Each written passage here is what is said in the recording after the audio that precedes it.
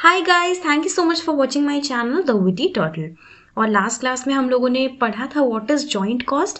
आज की क्लास में we are going to discuss what are the methods to apportion joint cost. तो last class में हमने देखा था कि हम लोग का जो मेन दिक्कत है वो क्या है कि हम लोग जितना भी टोटल यहाँ पर हम लोगों ने जॉइंट कॉस्ट इनकर किया है उसको हम इन तीनों में कैसे डिस्ट्रीब्यूट करेंगे, right? How to distribute the cost of this common input among these outputs। ठीक है, तो यहाँ पर हमारे पास टोटल 6 मेथड्स हैं। सो इन योर IC में आई mat only 4 methods of apportionment is given, but we are going to study 6 methods। The first method is physical quantity method। physical quantity method में क्या होता है? बेसिकली जो कॉस्ट अपॉर्शनमेंट किया जाता है that is made in proportion to the volume of production. ठीक है, जितने क्वांटिटी का आपका प्रोडक्शन होता है उसी रेशियो में ही आपका जो जॉइंट कॉस्ट है उसको डिवाइड कर दिया जाता है।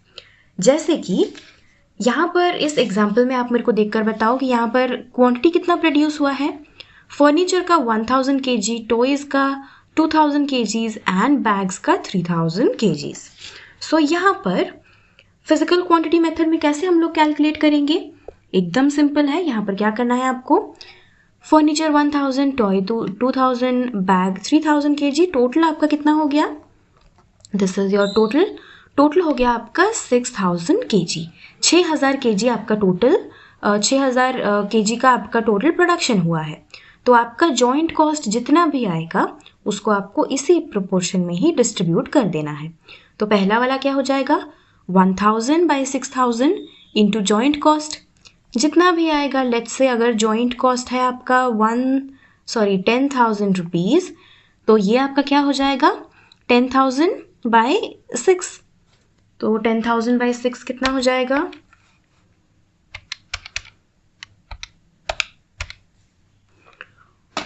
1667। सिमिलरली यहाँ पर टॉयज के केस में क्या हो जाएगा, 2000 by 6000 इंटू जॉइंट कॉस्ट जितना भी है आपका वो आपको क्या हो जाएगा 3333। फिर नेक्स्ट क्या आएगा आपका 3000। So this will be 3000 by 6000 into your 10,000। तो ये आपका कितना आ जाएगा, ये आ जाएगा आपका 5000। सारा मिलाकर आपका टोटल जॉइंट कॉस्ट कितना है 10,000। सो यहाँ पर हमें पता चल गया इस 10,000 को हमें डिस्ट्रीब्यूट किस तरह से करना है, right? I hope this is clear to you. जो आपका सेकंड मेथड है that is your selling price method. ये वाला जो मेथड है ये भी आपको बुक में दिया हुआ है। Selling price method is basically sale value at split off point. Split off point क्या है, कल मैंने आपको बताया था जिस पॉइंट से तीनों प्रोडक्ट डिस्टिंग्विशेबल हो जाते हैं, ठीक है, सेपरेबल हो जाते हैं, आइडेंटिफाइबल हो जाते हैं, उस पॉइंट को बोला जाता है स्प्लिट ऑफ पॉइंट। तो इस स्प्लिट ऑफ पॉइंट पर इन लोगों का सेल वैल्यू जितना भी है उस बेसिस पर आपको सेलिंग प्राइस मेथड में यूज जो आपका जॉइंट कॉस्ट है उसको डिस्ट्रीब्यूट करना है। तो यहाँ पर आपके पास 3 प्रोडक्ट्स हैं, 3 जॉइंट प्रोडक्ट्स हैं। और अब क्या आ जाएगा, आपको पहले आइडेंटिफाई करना है कि सेल वैल्यू क्या है एट स्प्लिट ऑफ पॉइंट। तो स्प्लिट ऑफ पॉइंट में इसका सेलिंग प्राइस पर यूनिट कितना है 20, 30 एंड 40। क्वांटिटीज तो हमें पहले से पता है, तो ये क्या हो जाएगा जितना quantity into selling price per unit. Same यहाँ पर भी, सेम यहाँ पर भी, सबको अभी आप ऐड कर दो, क्या हो जाएगा, टोटल आ गया आपका 2 लाख रुपीज़। 2 लाख रुपीज़ का सेल वैल्यू आएगा if you sell them at the split off point. तो ये क्या हो जाएगा, इसी रेशियो में आप अभी डिस्ट्रीब्यूट कर दो, 20,000 by 200,000 इंटू जॉइंट कॉस्ट जितना भी आएगा, again 60,000 divided by this into joint cost जितना भी आएगा, और नेक्स्ट क्या हो जाएगा 120K divided by 200,000 into joint cost जितना भी आएगा। टोटल मिलाकर आपका जॉइंट कॉस्ट हो जाएगा। सो हमें पता चल गया डिस्ट्रीब्यूशन किस तरह से करना है, right? I hope this is clear to you. Next क्या देखना है हमें, नेक्स्ट जो मेथड है ये भी आपके CMA के बुक में दिया है, ये थोड़ा सा आपको समझने की ज़रूरत है। ये है आपका average unit cost method. Average unit cost. So basically यहाँ पर आपके जितने नंबर ऑफ यूनिट्स मैन्युफैक्चर हुए हैं सबको आपका जो टोटल कॉस्ट है उसको सारे यूनिट्स में डिवाइड किया जाएगा और पर यूनिट कॉस्ट निकाला जाएगा। एक यूनिट के लिए कितना कॉस्ट आ रहा है वो निकाला जाएगा और एंड में जितने जितने क्वांटिटीज प्रोड्यूस हुए होंगे उनके साथ एलोकेट कर दिया जाएगा, मल्टीप्लाई कर दिया जाएगा। ठीक है, so your average unit cost will be total joint cost by number of units manufactured. Let's say आपका जॉइंट कॉस्ट है 18,000 रुपीज। कितना है? 18,000 रुपीज। तो आपका एवरेज यूनिट कॉस्ट कितना आ जाएगा? 18,000 बाय 6,000 केजीज। 6,000 केजीज कैसे? 1,000, 2,000 एंड 3,000 तीनों मिलाकर आपका हो गया 6,000 kgs. So 18,000 rupees by 6,000 kgs equals to आपका जो एवरेज यूनिट कॉस्ट है that will be 3 rupees per kg. ठीक है, सो यहाँ पर आपका जॉइंट प्रोडक्ट्स हैं तीनों। अभी आपको क्या निकालना है? Share of joint cost. कैसे निकालना है? आपके पास एवरेज यूनिट कॉस्ट तो पता ही है, अब जितना जितना क्वांटिटी है उससे मल्टीप्लाई कर दो, आपका आ जाएगा आंसर। इन तीनों को मिलाकर कितना हो जाएगा? 18,000 रुपीज। ठीक है, समझ में आ गया? अभी चलो देखते हैं नेक्स्ट वाला मेथड। नेक्स्ट वाला method is known as weighted average method. नाम तो आपने बहुत बार सुना है इसका, वेटेड एवरेज मेथड, है ना? सो लेट्स से यहाँ पर आपका जो टोटल जॉइंट कॉस्ट है वो कितना है? 18,000 रुपीज। तो basically what you need to do, यहाँ पर जो वेट्स होते हैं ना, weights are assigned to each unit. हर यूनिट को एक वेट असाइन किया जाता है based on the size of the units and difference in type of labour employed. So basically इस मेथड में क्या किया जाता है, हर एक एलिमेंट के साथ एक वेट अटैच किया जाता है, एक वेट असाइन किया जाता है और उस वेट के हिसाब से हमें क्या करना रहता है, हमें जॉइंट कॉस्ट को अपॉर्शन करना रहता है। ठीक है, लेट्स से जॉइंट कॉस्ट है आपका same 18,000 rupees, right? Cost elements used in the ratio of 3:4:2। तो यहाँ पर आपको इन तीनों जॉइंट प्रोडक्ट्स के लिए रेशियो दे दिया कि कॉस्ट एलिमेंट्स जो यूज हुए हैं वो किस रेशियो में यूज हुए हैं। फर्नीचर के लिए 3x, जो आपके टॉयज हैं उनके लिए 4x और जो आपके बैग्स हैं उनके लिए कितना? 2x। 3:4:2 के रेशियो में आपका कॉस्ट एलिमेंट्स यूज हुए हैं। आपको क्या करना है? You simply need to multiply the weights with the quantities. Multiply करने के बाद आपके पास आ जाएगा total weights, right? Total weights, और आपको इसी के रेशियो में ही अपॉर्शन करना है। कैसे अपॉर्शन करना है? 3,000 by 17,000 multiplied with your joint cost, right? 3,000 by 17,000 into your joint cost, 8,000 by 17,000 multiplied with your joint cost, फिर आपका 6,000 by 17,000 multiplied with your joint cost. So इससे तीनों जो आपके जॉइंट प्रोडक्ट्स हैं उनमें आपको पता चल जाएगा किस रेशियो में डिस्ट्रीब्यूट करना है। ठीक है, I hope this is clear to you. अभी जो आप लोगों का नेक्स्ट मेथड हम लोग पढ़ने वाले हैं ये आपके CMA की बुक में नहीं है, लेकिन आप लोगों के लिए ये मेथड जानना ज़रूरी है। तो ये क्या है, इसको बताने से पहले मैं यहाँ पर थोड़ा सा समझाती हूँ। तो यहाँ पर हमने क्या देखा था कि 3 प्रोडक्ट्स आए, फर्नीचर, टॉयज एंड बैग्स।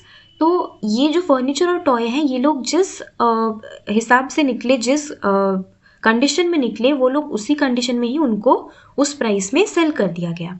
लेकिन जो बैग्स हैं ये बैग्स को फर्दर प्रोसेस किया गया। ठीक है, इनके ऊपर थोड़ा और खर्चा करना पड़ा, फर्दर प्रोसेसिंग कॉस्ट इनकर करना पड़ा हमें, और उसके बाद जाके ये सेलेबल कंडीशन में पहुंचा। ठीक है, उसके बाद ही हम लोग इसको सेल कर पाएंगे। सो ये क्या है, यहाँ पर बोल रहा है on sale value after further processing. अगर आप लोग जो प्रोडक्ट्स हैं उनको आप सेल कर रहे हो फर्दर प्रोसेस करने के बाद, थोड़ा बहुत और उन पर प्रोसेसिंग करने के बाद, तो क्या बोला जाता है, तो उस केस में हमें किस तरह से जॉइंट कॉस्ट को अपॉर्शन करना है अभी हम लोग वही देखेंगे। I hope I am clear to you. So यहाँ पर उस एग्जाम्पल को भूल जाओ। यहाँ पर एक और उसी सेम एग्जाम्पल में हम लोग थोड़ा और वैल्यूज लेकर इस क्वेश्चन को सॉल्व करते हैं। जॉइंट कॉस्ट से आपका 3 जॉइंट प्रोडक्ट्स निकला। यहाँ पर लेट्स से जो आपके बैग्स हैं, बैग्स को फर्दर प्रोसेसिंग की ज़रूरत नहीं है लेट्स से, और जो फर्नीचर है उनके ऊपर फर्दर प्रोसेसिंग किया गया, 26,000 रुपीज़ इनकर किया गया और उस प्रोसेसिंग में 10% का आपका लॉस हो गया और आपका टेबल बनकर आया उस फर्नीचर से। तो अभी इसके कितने यूनिट्स प्रोड्यूस हुए थे? 1000 kg, 10% लॉस हो गया तो आपके पास फाइनल आउटपुट कितना आया? 900 kgs। लेट्स से इनका जो प्राइस है दैट इज 100 रुपीज़। ठीक है। सिमिलरली आपका जो टॉयज़ वाला जो भी आउटपुट निकला था उसको अगेन फर्दर प्रोसेसिंग किया गया, 40,000 रुपीज़ खर्चा किया गया उस पर, और यहाँ पर लेट्स से आपका लॉस हो गया 20%। तो यहाँ पर तो 2000 kgs आउटपुट निकला था, 20% लॉस हो गया तो आपके पास आउटपुट कितना आया? 1600 kgs और इनका सेलिंग प्राइस कितना है? 120 रुपीज़। तो अब हमें क्या करना है? अब हमें आइडेंटिफाई करना है कि हमें जो जॉइंट कॉस्ट है उसको किस हिसाब से डिस्ट्रीब्यूट करना है। सो यहाँ पर हमारे पास 3 जॉइंट प्रोडक्ट्स हैं। Sale value after further processing, तो यहाँ पर आपका कितने यूनिट्स आपके मैन्युफैक्चर हुए हैं? 900 kgs मैन्युफैक्चर हुए हैं और यहाँ पर जो है आपका प्राइस है कितना? 100 रुपीज़। तो ये आपका हो जाएगा 900 into 100 equals to 90,000 sale value after further processing, है ना। सिमिलरली यहाँ पर क्या हो जाएगा आप खुद बताओ? 1600 इंटू 120, आंसर आ गया 192,000, 1,92,000। फिर आपका जो बैग्स वाला सेक्शन था वहाँ पर कोई फर्दर प्रोसेसिंग की ज़रूरत नहीं पड़ी, तो उस केस में क्या हो जाएगा? जो आपका स्प्लिट ऑफ पॉइंट पर था वही वैल्यू यहाँ पर कंसिडर किया जाएगा, 3000 kgs और प्राइस कितना है? 40 रुपीज़। सो ये हो जाएगा आपका 1,20,000। टोटल हो गया इतना। और अब आपको क्या करना है? इसी रेशियो में डिस्ट्रीब्यूट करना है। So 90,000 by 4,02,000 into joint cost, 1,92,000 by 4,02,000 into joint cost, फिर again 1,20,000 by 4,02,000 into joint cost. आ गया आपके पास शेयर ऑफ जॉइंट कॉस्ट। समझ में आ गया? अभी जो नेक्स्ट मेथड है वो देखते हैं। नेक्स्ट मेथड को बोला जाता है on the basis of NRV। What is NRV? Net realisable value. Net realisable value. तो नेट रियलाइजेबल वैल्यू आप कैसे कैलकुलेट कर सकते हो? आपका जो फर्दर प्रोसेसिंग के बाद का सेल वैल्यू है that minus further processing cost minus selling expenses. ठीक है, तो इससे आपका नेट रियलाइजेबल वैल्यू आ जाएगा। सो यहाँ पर हमारे पास 3 प्रोडक्ट्स हैं, ठीक है, और आप इस फॉर्मूला को पुट करके यहाँ पर NRV1 NRV2 निकाल सकते हो। क्योंकि बैग में कोई प्रोसेसिंग हुआ नहीं है, सो ये स्प्लिट ऑफ पॉइंट पर जितना ही था इसका वैल्यू वही सेम वैल्यू रहेगा। सो अब आपको क्या करना है? आपने टोटल निकाल लिया। अब जॉइंट कॉस्ट को इसी रेशियो में डिस्ट्रीब्यूट करना है। NRV1 by total into joint cost furniture का आ जाएगा, फिर NRV2 by total into joint cost NRV2 यानी कि जो टॉयज़ वाला सेक्शन है उसका आ जाएगा, और फाइनली जो स्प्लिट ऑफ पॉइंट पर हुआ है वो कैसे? स्प्लिट ऑफ वाले टाइम पॉइंट पर जो भी इसका प्राइस था वो by total into joint cost, तो इसका भी वैल्यू आ जाएगा। सो ये दोनों मेथड आपको जानना ज़रूरी है, आपके नॉलेज में रहना ज़रूरी है, इसीलिए मैंने आपको बता दिया। और इसके अलावा बाकी जो 4 मेथड्स हम लोगों ने देखे थे यहाँ पर, ये आपके CMA के मैट में है और इसी से क्वेश्चन आएंगे फॉर श्योर। ठीक है, सो इन सारे मेथड्स को ध्यान से पढ़ना। आई होप आप लोगों को आज का ये छोटा सा क्लास समझ में आया और पसंद आया।